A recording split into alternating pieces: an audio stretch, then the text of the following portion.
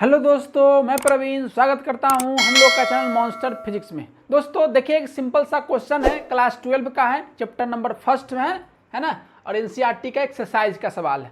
इस सवाल बड़ा इजी है। देखिए इस सवाल में क्या कर रहा है कि what is the force between two small charge sphere. जैसे दो स्फीयर लेना है, यानी ये है ना, मान लीजिए स्फीयर ए है और दूसरा स्फीयर बी है, स्मॉल है ना, चार्ज स्फीयर, इसलिए बोलते हैं इसको क्या, देखिए पॉइंट चार्ज बोलते हैं ना, स्मॉल इसको क्या बोलते हैं, पॉइंट चार्ज। यानी यहाँ जो चार्ज लेना है, यानी क्यू जो लेना है वो क्या लेना है, पॉइंट चार्ज लेना है। ये आपको फोर्स में ही कहा गया होगा, है ना।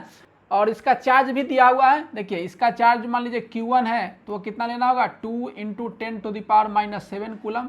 फिर दूसरा जो है वह कितना है, 3 × 10⁻⁻7 कूलम का। और दोनों सेपरेटेड है, कितना है, दोनों के बीच का 30 सेंटीमीटर है दूरी। क्लियर।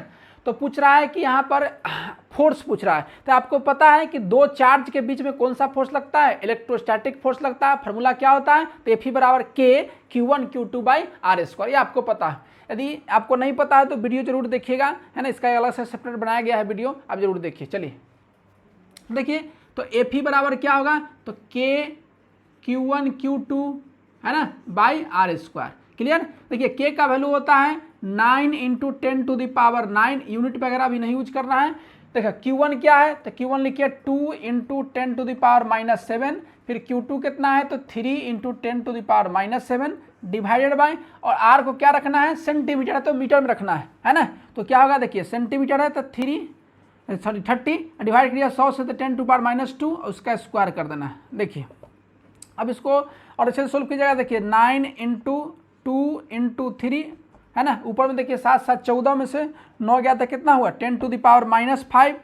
नीचे सोल्व कीजिएगा तो देखिए 3 × 10⁻1 हो जाएगा, तो ये 9 हो जाएगा, और 10⁻2 है ना, 1 होगा तो 2 हो जाएगा, तो कितना -2 हो जाएगा।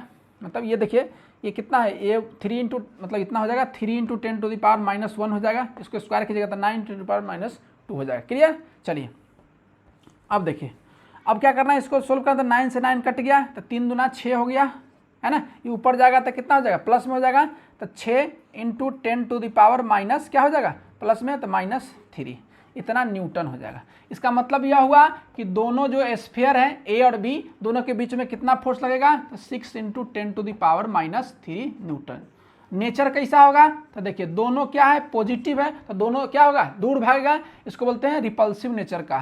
कैसा फोर्स है, रिपल्सिव नेचर का। क्लियर, रिपल्सिव नेचर का।